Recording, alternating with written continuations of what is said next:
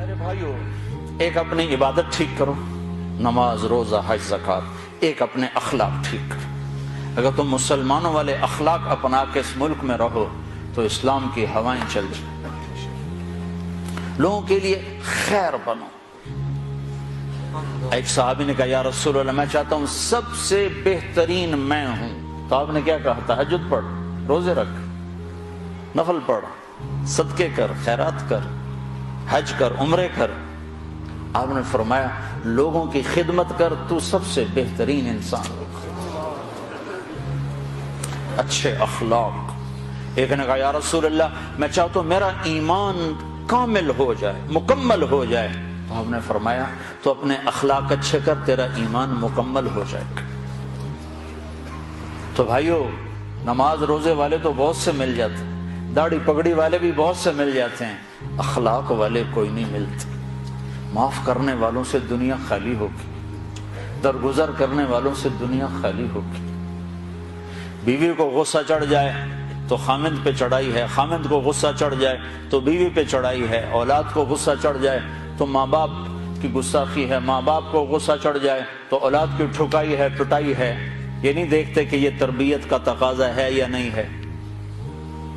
بھائی بھائی سے تمہارا کیا رونا رو۔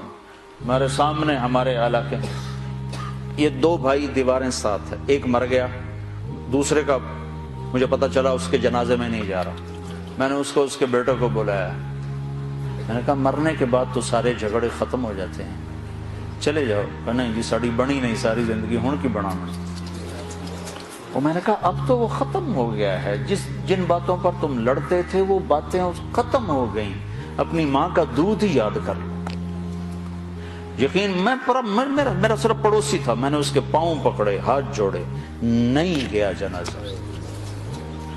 ایسوں سے جہان بھرا پڑا۔ ہمارے اخلاق کیا ہیں؟ جو سلام کرے اسے سلام کرو، جو نہ کرے نہ کرو، یہ ہمارے اخلاق ہیں۔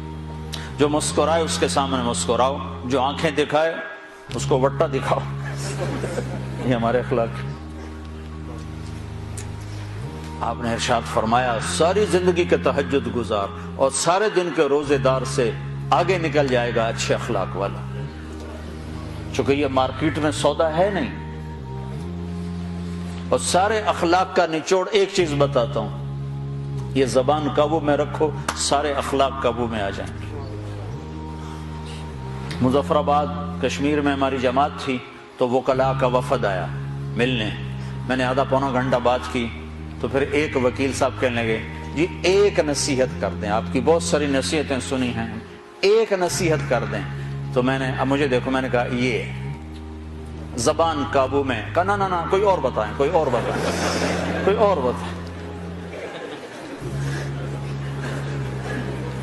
اگر آپ اپنی زبان پہ قابو پا لو، غصے کے وقت بھی، خوشی کے وقت بھی، اس میں سے تول لفظ نکالو تو آپ سے بڑا مقام والا کوئی نہیں ہوگا۔ تہجد نماز روزوں سے کوئی آپ کو نہیں پکڑ سکتا، حج عمروں سے آپ نہیں پکڑے جاؤ گے۔ سعید انور اور محمد یوسف جب مسلمان ہوا تو یہ دونوں میرے پاس آئے تو کہنے لگے سارا زور لگ گیا کرکٹ پر، تو کوئی جنت کا شارٹ کٹ بتاؤ، زور ادھر لگ گیا۔ تو میں نے کہا اپنے اخلاق ٹھیک کر لو۔ اس پر تھوڑی سی بات کی، کہا نہیں نہیں نہیں یہ تو بہت مشکل کام ہے، تو بہت مشکل کام ہے۔ میں نے شارٹ کٹ تو پھر یہی ہے، آپ کو جس روڈ پہ رش ہوتا ہے تو آپ گاڑی موڑ لیتے ہو کہ نہیں موڑ لیتے؟ اب وہ پہلے کو کمپیوٹر بھی بتا دیتا ہے ادھر نہ جاؤ، ادھر ٹریفک بلاک ہے، تو آپ خالی روڈ جب ہوتی ہے تو آپ گاڑی بھگاتے ہو، راستہ کھلا ہے بھگاؤ جتنی بھگا سکتے ہو۔ تو میں یہ مثال دیا کرتا ہوں کہ نماز کے روڈ پر بھی بہت لائن ہے، بڑی لمبی لائن لگی ہوئی ہے، روزے کا روڈ بھی بھرا ہوا ہے، حج کا روڈ بھی بھرا ہوا ہے، عمرے کا روڈ بھی بھرا ہوا ہے، علم کا روڈ بھی بھرا ہوا ہے، لکھنے پڑھنے کے روڈ بھی بھرے پڑے ہیں، اور درس قرآن درس حدیث کے روڈ بھی بھرے پڑے ہیں۔ اخلاق والا روڈ ہی خالی، بندہ ہی کوئی، نہ کوئی مرد نہ کوئی عورت۔ تمہاری سزوکی بھی ہوگی تو مرسڈیز سے آگے نکلے گی، کیونکہ وہ تو کھڑی ہوئی ہے، تمہاری جا رہی ہے، خدا کے سہارے چلی جا رہی ہے۔ نہ ڈرائیور کو خوبی نہ انجن کا کمال۔ ہمارے یہاں جب پرانی بسیں ہوتی نا اس کے پیچھے لکھا ہوتا ہے نہ انجن کی خوبی نہ ڈرائیور کا کمال، بس خدا کے سہارے چلی جائے۔